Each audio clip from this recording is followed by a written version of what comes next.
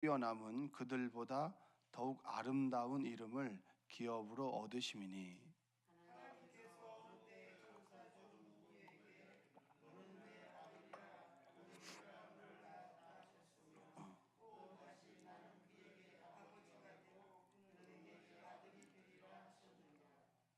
또 그가 맏아들을 이끌어 세상에 다시 들어오게 하실 때에 하나님의 모든 천사들은 그에게 경배할지어다 말씀하시며.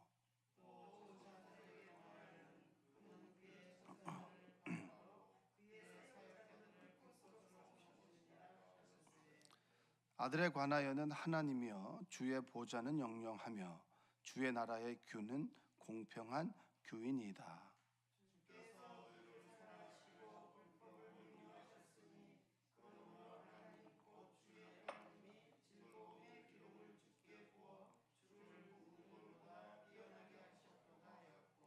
또 주여 태초에 주께서 땅에 기초를 두셨으며 하늘도 주의 손으로 지으신 바라.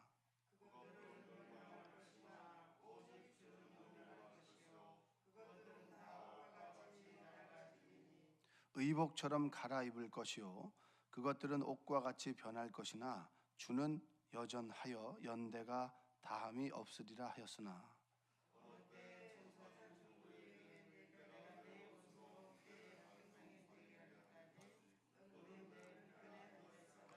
함께 읽겠습니다. 모든 천사들은 섬기는 영으로서 구원받을 상속자들을 위하여 섬기라고 보내심이 아니냐. 아멘. 오늘도 살아계신 하나님의 은혜가 여러분의 삶 가운데 함께 하시기를 주님의 이름으로 축복합니다. 자, 히브리서에 대해서 어제 잠깐 말씀을 드렸습니다.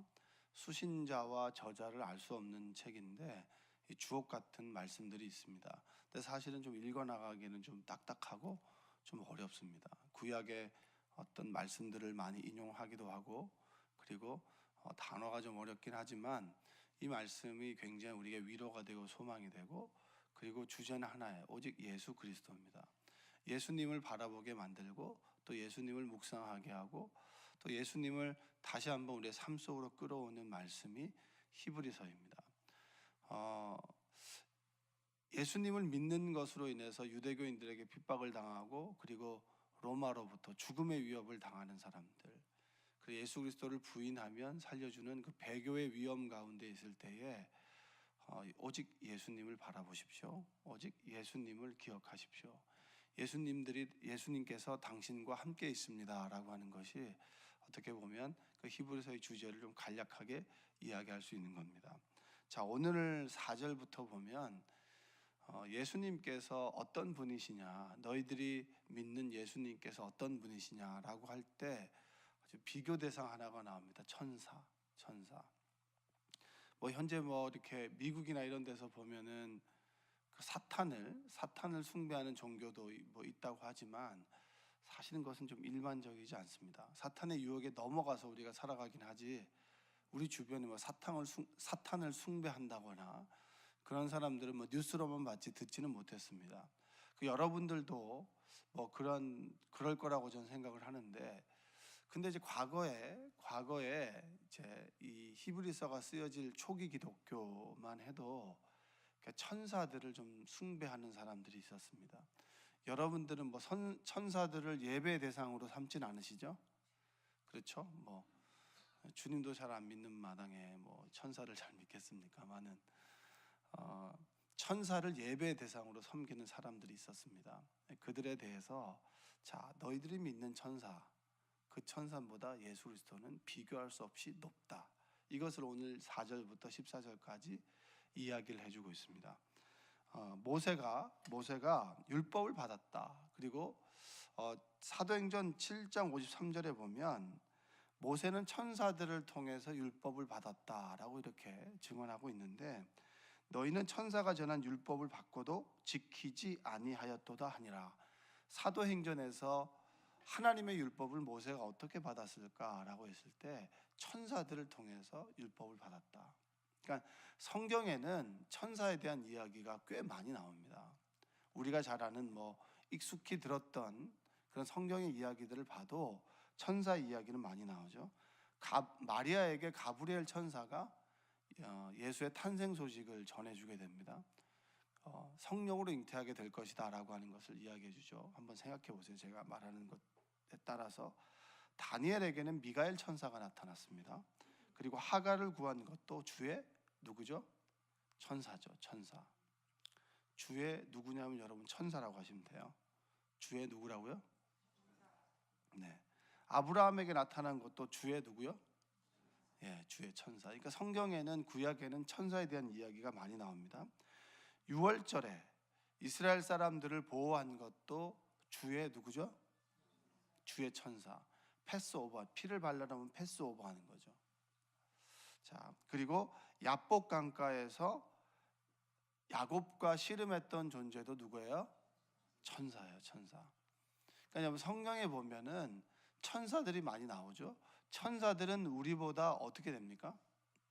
우리보다 힘이 있잖아요. 그렇죠? 우리보다 힘이 있죠. 영적인 존재들입니다.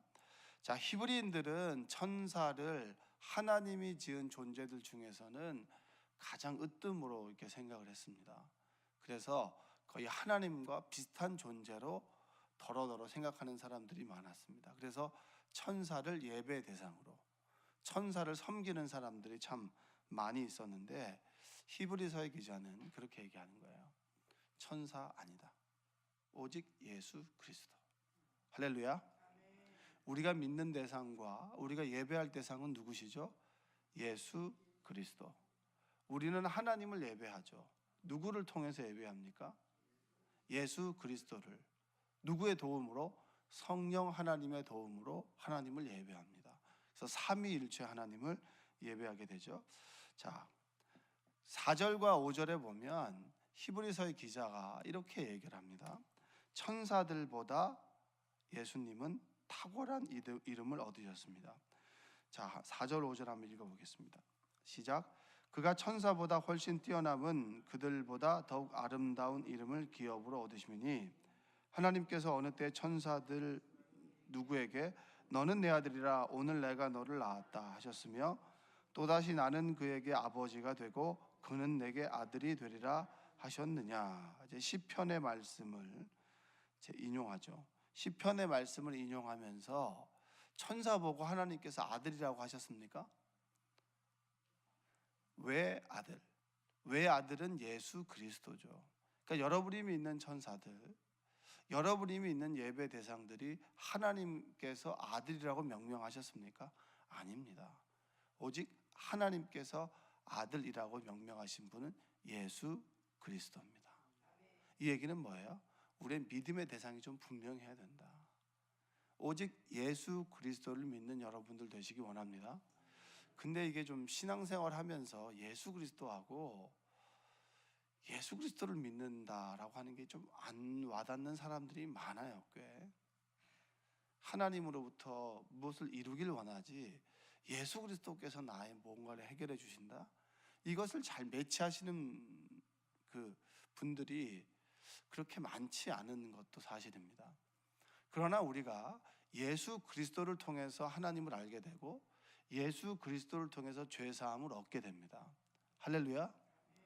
우리가 어떻게 하나님을 인식할 수 있나요? 우리는 육적인 존재인데 어떻게 우리가 영적인 하나님을 인식할 수가 있겠습니까? 그것이 바로 선지자들이 끊임없이 하나님의 의중을 말씀으로 얘기했음에도 불구하고 우리는 하나님을 잘 몰라요. 그런데 하나님께서 통치하시는 나라는 이런 것이다 라고 예수님께서 이 땅에 오셔서 제자들과 3년 동안 동고동락하시고 바리새인들과 율법학자들과 논쟁하시고 그들의 핍박을 받는 와정 속에서도 죄 있는 사람들의 죄를 사해 주시고 그리고 아픈 사람들의 병을 고쳐주시고 그 삶의 문제를 가지고 나온 사람들, 그들에게 하나님의 나라는 이것고 하나님의 의중은 이런 것입니다 라고 하는 것을 말씀드렸죠. 그러므로 인해서 하나님을 우리가 예수님을 통해서 하나님을 알 수가 있습니다. 할렐루야. 그러니까 여러분은 예수 그리스도가 우리의 신앙의 중심이 되지 않으면 우리의 중심이 흔들려 버릴 수 있습니다. 여러분, 예수님께서 그리스도가 되시길 원합니다. 가만히 한번 묵상을 해보셔야 돼요. 예수님께서 병든 자를 고쳐주셨지, 그러면 나의 병을 고쳐주시는 분은 누구신가? 수로보니게 여인처럼 뭔가가 내 마음의 중심에 허한 사람이 있어요. 채워도 남자로 채우고 돈으로 채우고 그리고 다른 모든 것으로 채워도 채워지지 않는 여인에게 예수님께서 정말 갈증이 나지 않는 생수와 같은 예수님을 만나고 난 다음에 그가 물동이를 버려두고 마을로 들어가서 메시아가 왔다고, 예수님이 왔다고 전하지 않았겠습니까? 어떻게 보면 우리가 전도하는 것이 부끄럽고 내가 예수님을 전할 때 이 사람이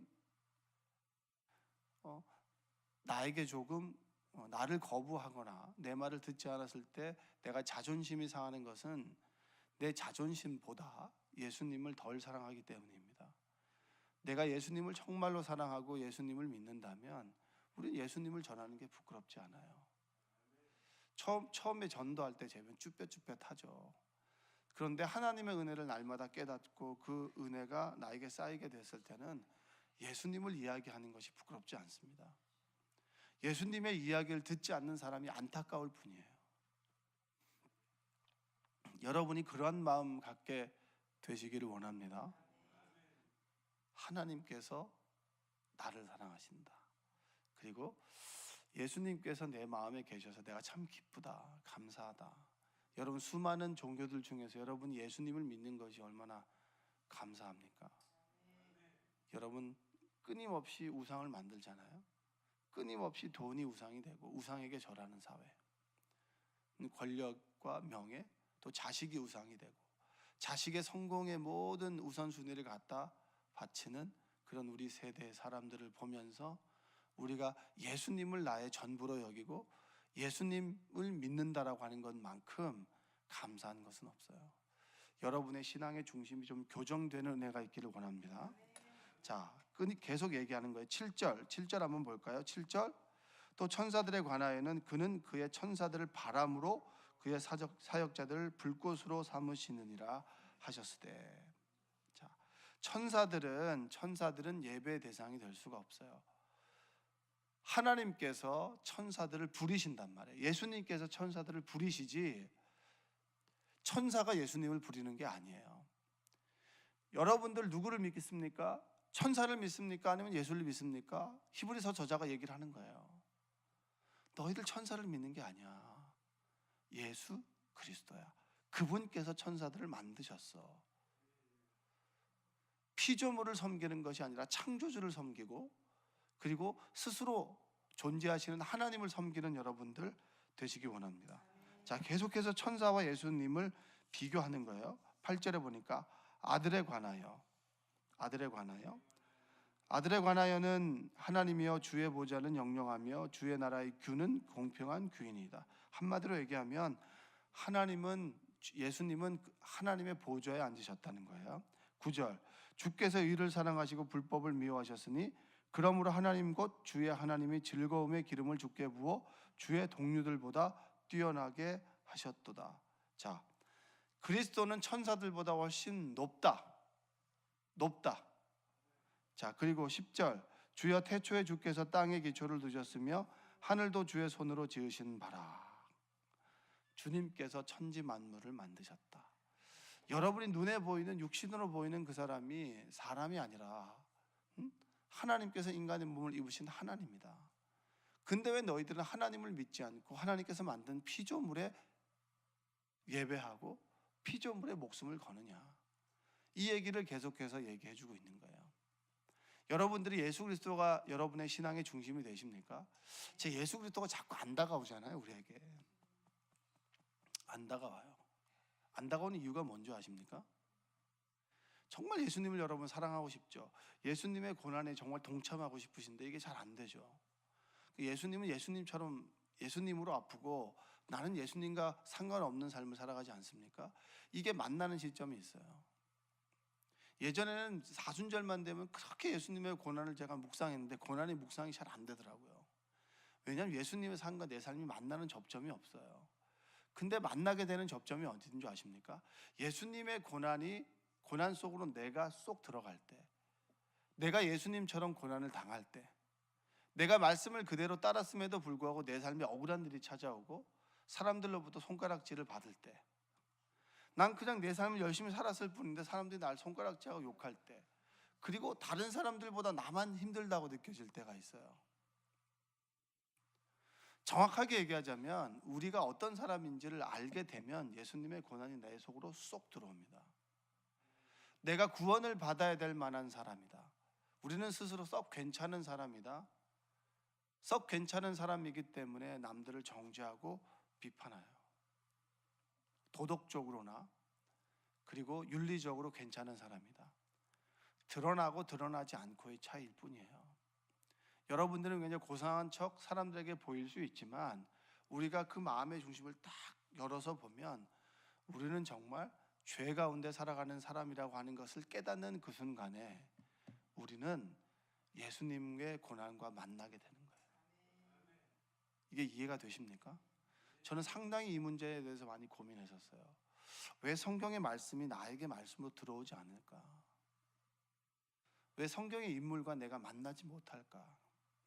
이것을 이제 인격적인 만남이라고 얘기를 하는 겁니다. 인격적인 만남. 이 인격적인 만남이 되려면 내가 어떤 사람인가라고 하는 걸 정확하게 알아야 돼요. 쉽게 말하면 진리의 말씀, 성령께서 나를 조명해 주심으로 인해서 내가 정말 철저한 뼛속 깊이 죄인이구나. 이것이 깨달아질 때 정말 저분 예수님께서 나의 죄를 위해서 돌아가셨구나라고 하는 것이 받아들여져요. 그럴 때 은혜구나. 이것이 은혜구나.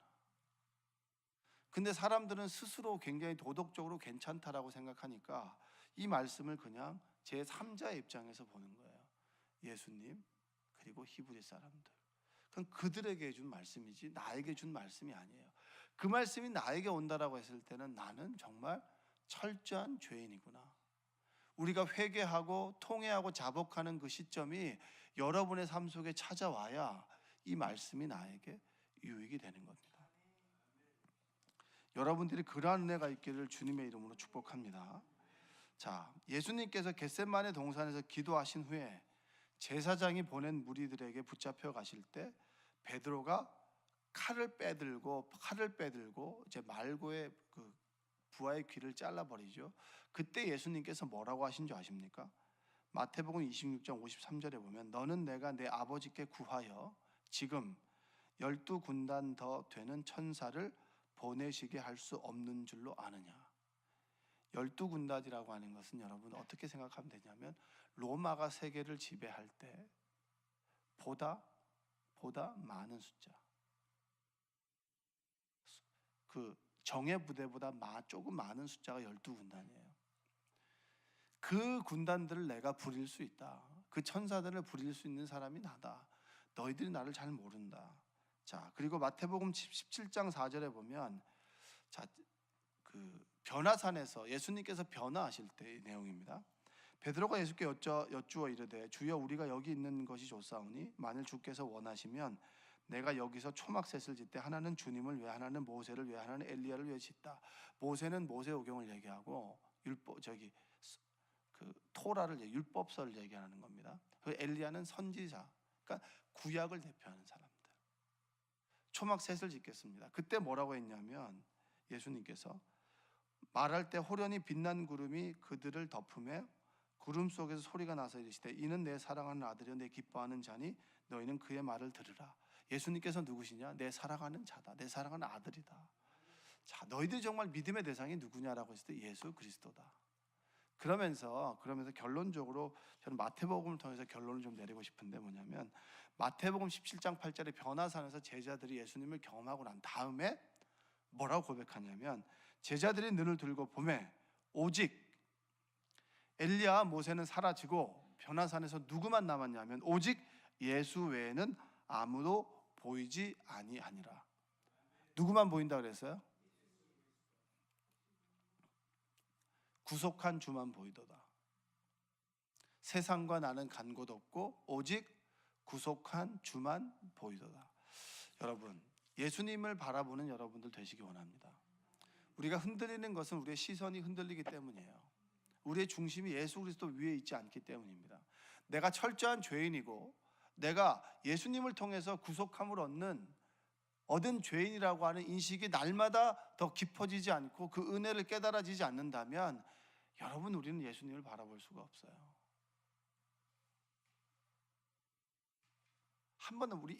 우리가 한번 상식적으로 생각해 보면 하나님이 인간이 된다, 이건 말도 안 되는 얘기예요.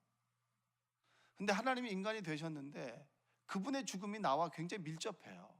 그분께 죽으심으로 내가 죄를 사할 수 있는 길이 열렸다라는 겁니다.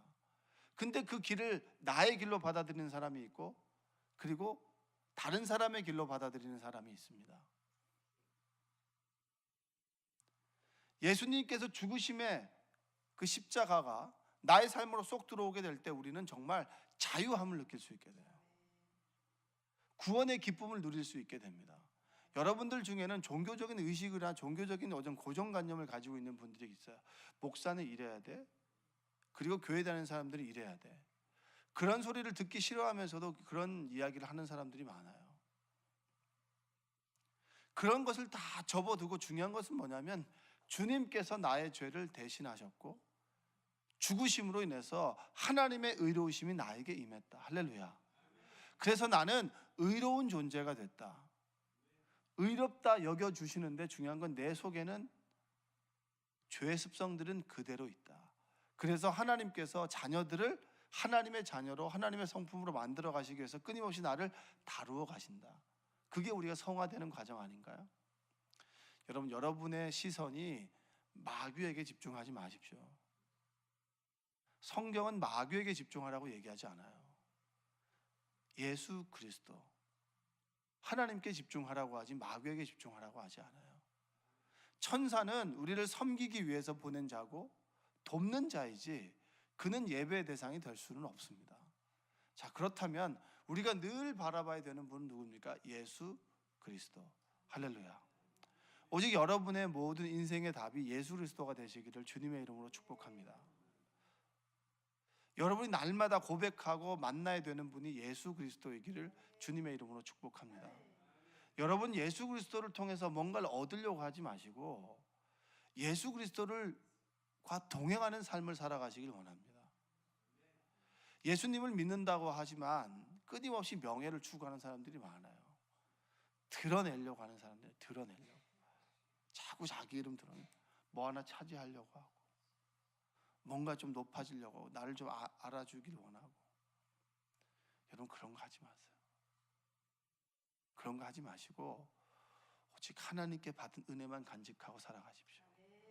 여러분이 주님을 만났던 그 자리로 돌아가 날마다 그 자리에 주신 은혜 기억하고 주님과 동행하며 감사하며 살아가시기를 원합니다. 많은 사람들이 예수 그리스도를 통해서 자꾸 뭔가를 얻으려고 그래요. 예수 그리스도가 답이야. 예수 그리스도가 목적이 되시고 예수 그리스도가 우리의 인생의 가장 큰 이정표가 되시기를 원합니다. 나를 부인하는 게 뭐죠? 주님의 뜻과 하나님의 뜻이 있을 때 내 뜻을 접고 주님의 뜻을 따르는 겁니다. 나의 계획과 주님의 계획이 부딪힐 때 나의 계획을 접고 주님의 계획을 따르는 겁니다. 이게 고통스러운가요? 여러분에게 하나 묻죠. 이게 고통스러운가요? 우리는 고통스럽다라고 생각하지만 고통스럽지 않아요. 우리의 인생을 돌아보면 하나님의 인도하십니다. 모든 것이 하나님의 인도하십니다 얘기합니다. 하나님께서는 요셉을 구덩이에서 선으로 인도하셔서 구원자로 인도하시는 분입니다. 그렇게 볼 때 나의 계획과 하나님의 계획, 어린아이의 계획과 그리고 어른의 계획, 인생을 좀 살아본 어른의 그 시선으로 세상을 바라보고 5살짜리 어린아이의 계획으로 인생을 바라볼 때 엄마 나 이거 하고 싶어요. 그것보다 부모가 더 많은 시간들을 살아고 경험이 있기 때문에 이 길이 맞는 길이야 얘기하지 않겠습니까? 그러면 그것은 가장 좋은 것이에요. 내가 내 고집을 꺾고 자존심이 바닥에 내쳐지는 것이 아니라 하나님께서는 나보다 더 좋은 것을 주는 겁니다. 가장 좋은 것은 내 뜻과 하나님의 계획이 맞아떨어질 때가 제일 좋지만 우리는 욕심이 있기 때문에 그 말을 잘 듣지 않아요. 여러분들이 날마다 주님과 동행하고 주님의 계획하심 따라 주님의 음성을 듣고 주님의 말씀을 듣고 그 말씀대로 살아가시기를 원합니다. 오늘도 주님께 간구하며 기도함으로 주님께서 나와 함께 계신데 뭘 걱정이야, 뭘 두려워해? 경제적인 문제를 걱정하십니까? 그리고 마음이 두려우시죠? 근심과 걱정이 되고 날마다 내 자녀 생각만 하면 얘네가 정말 잘 살아갈 수 있을까? 예수를 언제 예수께 돌아올까? 라고 하는 두려움과 의심이 들 때가 참 많이 있습니다. 그것조차도 예수님께 맡겨버리십시오. 내가 할 수 있는 것이라면 하지만 할 수 없는 것이라면 주님께 맡기시고 주님 주시는 평안함 가지고 오늘 하루 기쁘고 행복하게 살아가시는 여러분 되시기를 주님의 이름으로 축원드립니다. 축원드립니다. 기도하겠습니다. 사랑과 은혜가 풍성하신 아버지 하나님 감사합니다. 오직 예수만이 나의 구세주가 되시고 오직 예수만이 나의 인생의 답인 줄로 믿습니다. 주님만 바라보고 주님만으로 만족하는 우리 그리스도인, 우리 성도들이 될 수 있도록 도와주시옵소서. 예수님의 이름으로 기도합니다. 아멘.